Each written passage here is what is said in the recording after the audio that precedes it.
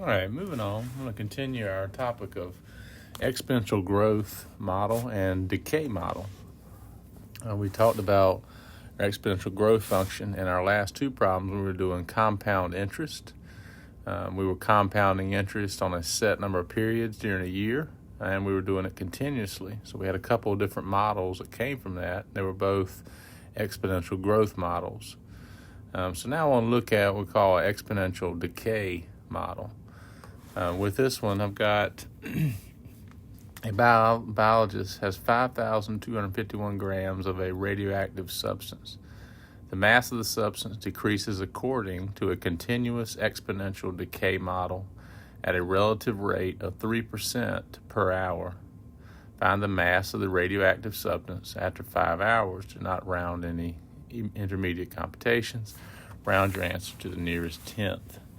So our exponential growth and decay model, well, we're looking at, of course, continuous, right? We're looking at a base E model. So our model, A of t, the amount after time t in this problem, of course, would be in hours. So again, I'll make that note here, is equal to A sub 0, our initial amount of the substance that we start with, all right, times E to the R times T. All right, so if R is greater than 0, we've got continuous growth.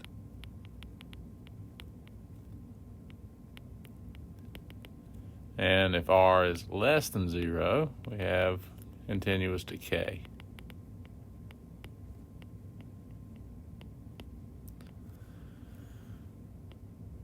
All right, so there's two models here. Again, we're looking at our continuous model. So again, it's a base E exponential. Now, in this problem, we said a biologist has 5,251 grams of a radioactive substance. The mass of the substance decreases at a rate of 3%. So we're given R, right? R is equal to 3% in this example, which is equal to 0.03 as we convert to a decimal. And we know that our initial amount of substance, A sub 0, is equal to 5,251 grams, right? So that implies, right, A of t, let's go ahead and build our model, is equal to A sub 0, 5,251, times E to the R. Now this is a decay model, so we need a negative 0.03 t. So there's our decay model for this example. All right, now our test question is find the mass of the radioactive substance after 5 hours. So let's go ahead and calculate that now that we've built our model. So after 5 hours, again, that means what? T is equal to 5. So that implies A of 5 is equal to 5251 times E to the negative 0.03 times 5. All right, and you can go put that in our calculator. So we'll type that in, see what we come up with. And again, remember now, you do have E. E is on your TI, so let's go ahead and pull our calculator back up, and we'll type that in together. So we got 5,251, all right, times E. So second ln, natural log key.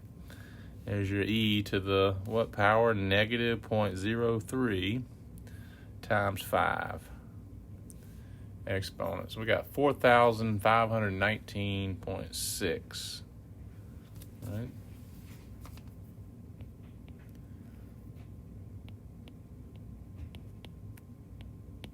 This is in grams.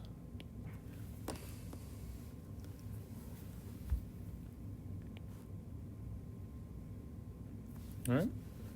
So again, you can see your exponential decay model, and with that, all right, we're looking at continuous, right, models. So that's why we're using a base E model. So we've talked about exponential growth and decay. So here we are looking at a decay example, our first example. So again, build your model. With growth, of course, your rate is positive. With decay, your rate will be negative. All right, we know, of course, we have an initial amount and a future amount, right? A of t and a sub 0 representing those. And, of course, t, your time, right? The amount of time it takes to get there. So that's your exponential growth and decay examples. So let's move on to Module 13, and we're going to look at taking exponentials and converting into logarithms. So logarithmic functions. So what I want to do is go ahead and write up here our logarithmic definition. What defines a logarithm?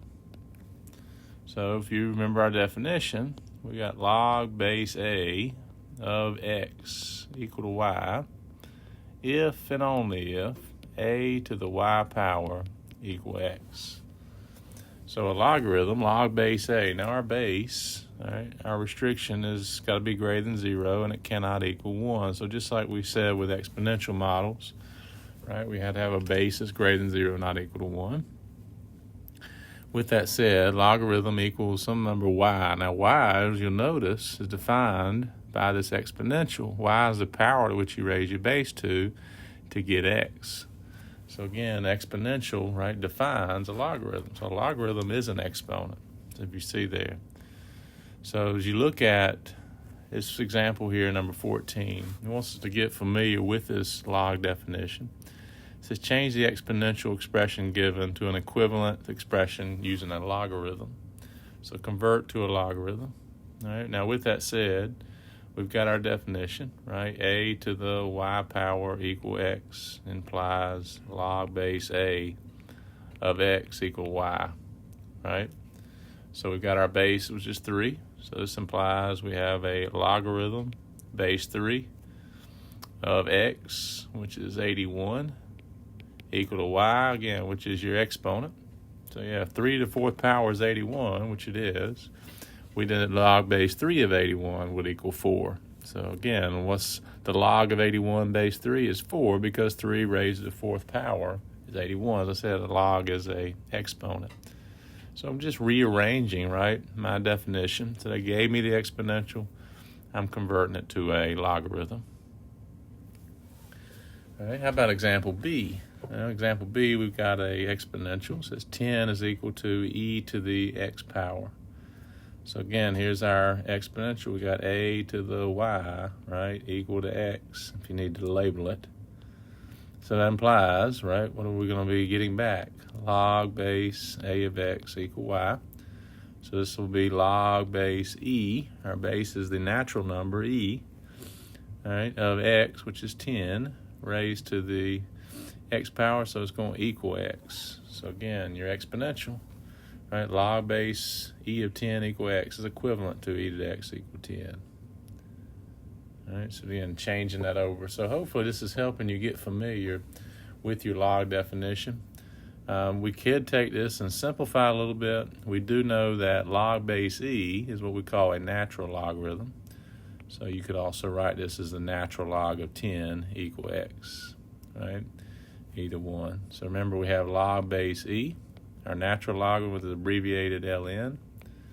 And of course, we've talked about common logarithms. Log base 10 are common logs, and they're abbreviated log. Remember, we have those actually 2 shortcut keys on our calculator. Moving on, let's go to example C. We've got 4 to the negative 2 power equal 1/16.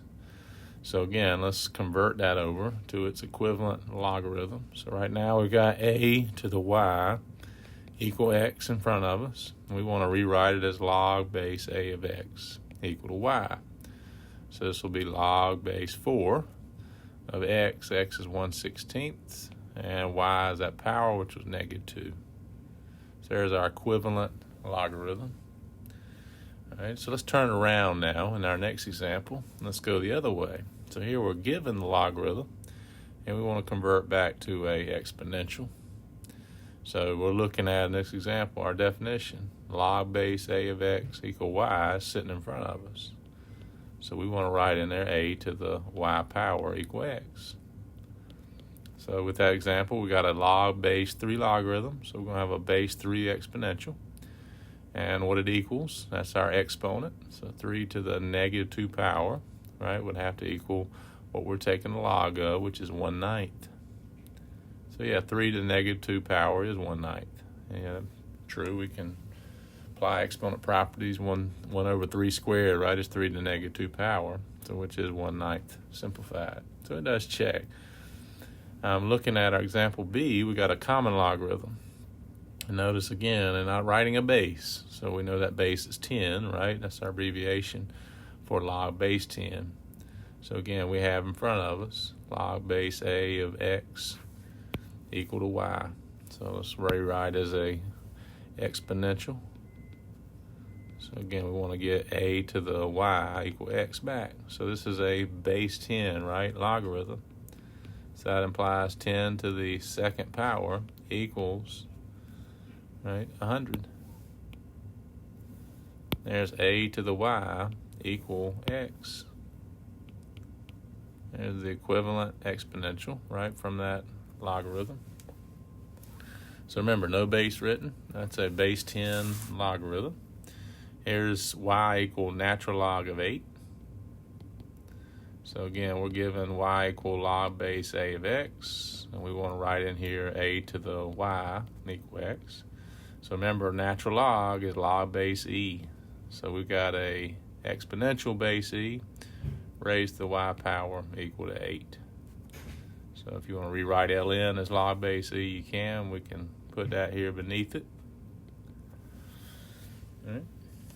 So that's using our log definition. And we'll continue that here in a little bit and look at doing some evaluations using our log definition. But that's a good place to stop. We'll do a little break here, and then we'll come back to our logarithmic definition and see how we can apply that to evaluations of logs and starting to simplify some log expressions and eventually be able to solve some log equations.